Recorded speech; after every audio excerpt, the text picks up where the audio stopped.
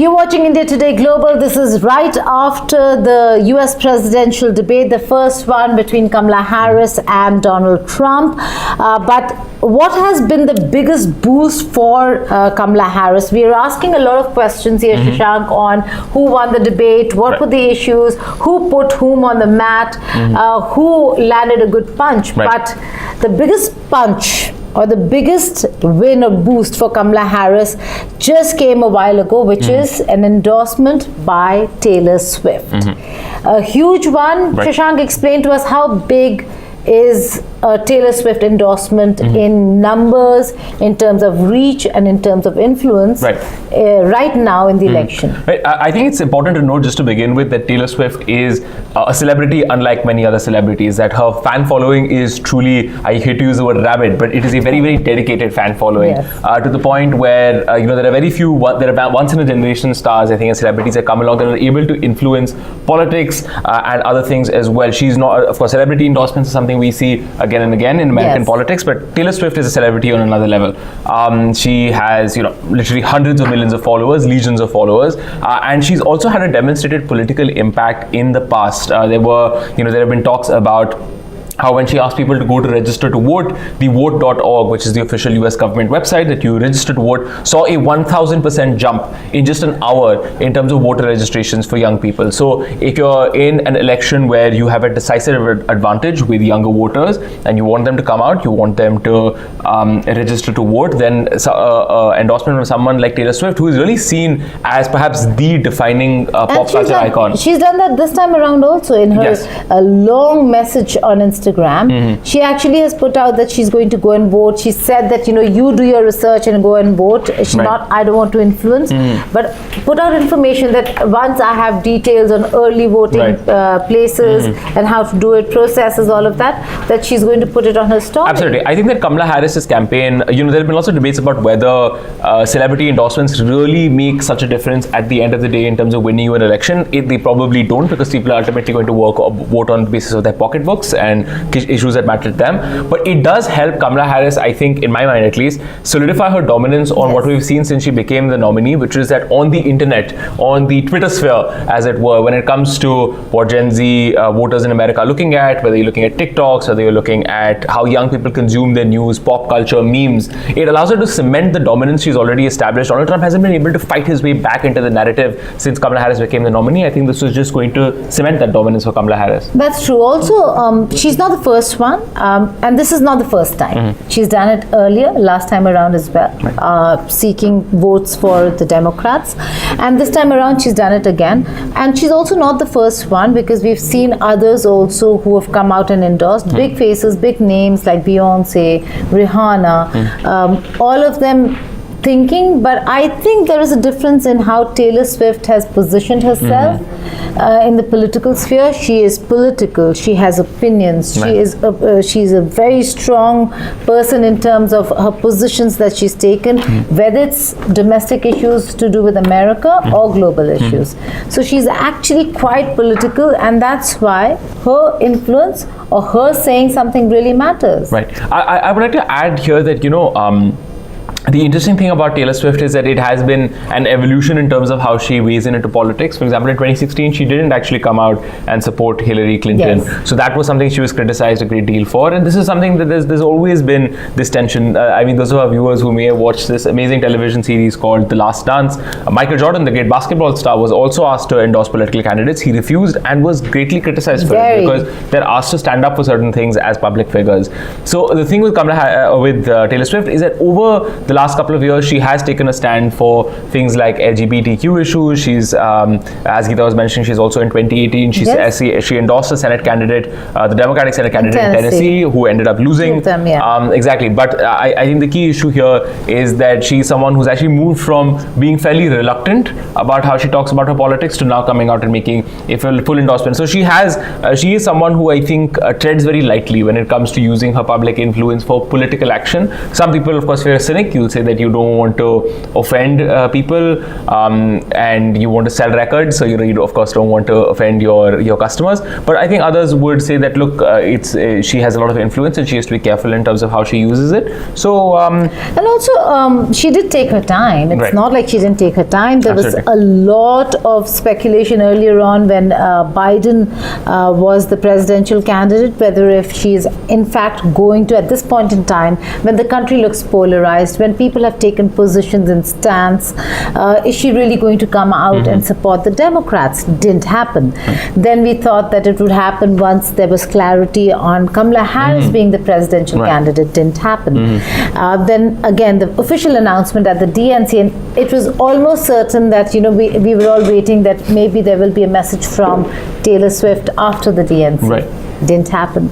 And now immediately after the debate, which if you go by what experts are saying, Shashank, Right. Kamala Harris has done well for herself. Right. If you go by what's happening on social media, we have an entire Trump camp that's saying a biased Right. ABC moderation, and therefore, it seems or it looks like Kamala Harris is ahead, or that she performed better. Right. Having said that, Taylor Swift did come out and endorse Kamala Harris. Right. That in itself is a big win. Will that actually lead to, Shashank, a lot of questions, and Donald Trump had to answer that, whether Right. there's going to be a second presidential debate at all or not. Right. You normally end up having 3, but will they have another one? It's a good question. I think the Trump campaign will, go back, look at the polls, look at the numbers, see how he's performed, and will reasonably then assess, look, do we think he can do better than he's done tonight? Is it actively helping us or is it hurting us? I think they might say that, look, we've done one with Biden, we've done one with Kamala Harris, people have seen what they need to see, and we're going to go back and continue, because he was unable to land that bazinga moment. I think that presidential debates do matter at particular points in time, but only if you're able to land in knockout blow. I think both candidates failed to do that today. There was zingers, but there was not a knockout blow, right? There are moments, I think, that you can identify in election campaigns where something happens and people just say, this person just has it going on, right? If they handle a tough question well, they're able to land a zinger. Or that somebody just dominated the stage and the space through and through. Exactly, absolutely. That was not the case. Exactly. So I like 2016 when Donald Trump absolutely dominated his Republican opponents, there was no moment like that. So I think it's a toss-up at this point in time whether the Trump campaign will come back for a second debate. They may feel like, hey, he could perform better, but no, we will go through the reactions in our show immediately after this one on reactions and what are the pollsters saying. We also have we started our own poll, so we'll get the numbers in on what is it looking like for Kamala Harris and Trump. But let's talk about what you just said, Shashank. Owning the space and the stage and setting the tone and tenor. Now, if we talk about the stage itself, there was so much that has been done. A lot of people said that the mute button, which she wanted to do away with, just to expose Donald Trump in the ill-mannered responses that he would have had, or cross-talked through the debate. Right. But I think that mute button worked to her advantage, because she instead of being badgered or showing or exposing Trump, she had all the space to make a decent argument. No, I think that's a very interesting that you mentioned. I feel like if you go back and look at what the debate was moving forward into this, the idea was that, look, the Trump campaign, and Trump especially, likes to get his opponents off their balance, get under their skin. That was something that was seen as an important tactic that Kamala Harris that the Trump campaign would use. I think that the interesting thing that I saw when it came to the using of mics was that someone actually pointed this out on Twitter as well, as someone have to do the numbers, that Trump, despite that, spoke more than Harris did. And the moderators, despite this allegation of bias, I actually felt watching the debate, perhaps my personal impression, that when he tried interrupting her, they actually did come back and listen to him and say, okay, let's turn him back on. But Kamala Harris tried to do it once and they stopped her from doing that. So with Trump, they entertained his desire to come back and speak over even when the time was up. So I feel like, but I think Kamala used the silent space a lot, which is when the windows, both the windows were up through and through. and when Trump was speaking, Right. she would visibly She would react much more. Exactly. emote, so you could see the emotion. She's shaking her head, she's saying it's a lie, she's miming it, which Trump didn't do. No, Trump absolutely. did not use that He silent had this smirk face. on his face. He was just looking off which into is space. So Trump-like. So Trump-like. He was looking off into space. He did not use that space. So whoever must have told her that that's your space also to react, did it well, because it was very smart. Everything that he was seeing, you had a reaction and you knew. And she's saying it's a lie to everything that she wanted to debunk. Right, and she Trump came back in. She didn't even have to go in and say you're lying, although she did in her rebuttals. That I was wondering if you lie. got that moment where, she tried to say something and the mic wasn't switched on, but Trump was like, oh, don't interrupt, I'm speaking. And then he was like, sounds familiar. Because she had said it at some point in time as well during a debate, I think back in 2020, 2019. So I feel like... the asserting the woman in the room speaking into so Trump was pushing back on that, but I didn't understand that really because the mics were switched off, so I don't know what he was trying to say. No one could hear her. I mean, I knew that she was trying to speak, but it didn't work as well, I think, as the former president thought it would. No, but I completely agree, which is that I think she emoted well. It's already becoming a meme, her facial expressions and so on and so forth. She was emotive. Yeah, she was emotive. She used that silent window to her advantage, which Trump completely failed to understand. Or Trump camp.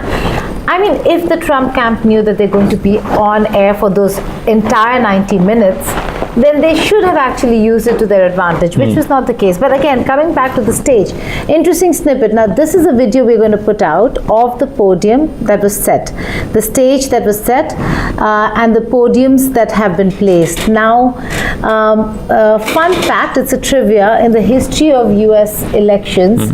This is the biggest margin, so to say, in height that they have seen with a 6'4" and a 5'4", 6'3" and a 5'4". Interesting. It has never happened before, and therefore the stage also quite interesting.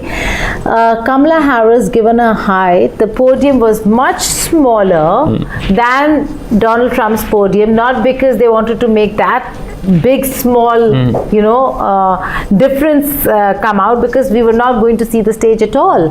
What they're trying to do is to keep the set in proportion when they are on air. Absolutely. So on air you're only seeing two podiums. You don't know what the difference in dimensions are, but if you zoom out a little, you will see a large podium and a tiny one beside Trump's for Kamala Harris. So that was an interesting trivia. It does not come across as a huge dimension difference when you see them on air. But once you see it, it's impossible not to notice because it's here and here. And you cannot unsee the video once you see it. Absolutely. But this has also become controversial because I was just scrolling through Twitter, as one does after the election, because it's a good way to see after a debate, because that's the way you get to see how people are thinking out loud and reacting in the aftermath of this development. And it's very interesting because I saw numerous people, especially on the right wing and several of the Twitterati that I identify with the American right wing, sort of criticizing this decision and saying that, oh, look at Harris, she's trying to control the optics around the debate, she's trying to make herself, she's trying to sort of rig the optics of the election. But of course, as Geeta was mentioning, it's very simple. Like if you're a 6'3" person, a 6'3" man, and you're standing at a particular height, that podium is going to dwarf someone like Kamala Harris, who's much shorter. So it isn't really, it really isn't something that should be seen as an element of bias against Donald Trump. But regardless, I think it's a sign of the times that this has also become something that you're seeing trending on Twitter as something that is deeply controversial in some way, but largely just a piece of interesting trivia, but a lot to discuss in that debate, ranging from hot button issues, foreign policy, which is what we're here for, as well as just some very telling statements about where Kamala Harris and Donald Trump want to go with this election and with their political parties. Right. In some time from now, we will be coming back to you with all the analysis, reactions from various quarters on what they really thought of the debate. Our colleague Rohit Sharma, who was on the ground in the spin room where the presidential debate was taking place, and he got some of the journalists to react to the debate, and the voices and opinions are quite interesting. So we'll get you all of of that, but for now, Taylor Swift has endorsed Kamala Harris, and that's a big win, a big boost coming the Democrats' way. We will again have to wait and see in terms of numbers, who is consolidating more. Up until now, Shashank, Kamala Harris has been leading, Right. but it's always post-debate that we need to see what do the numbers look like. Were the voters more convinced by Kamala or by Trump? All that and more on the other side. But for now, we'll close the show right here on the story that we were tracking and following, that Taylor Swift has indeed endorsed Kamala Harris. Thank you for watching India Today Global.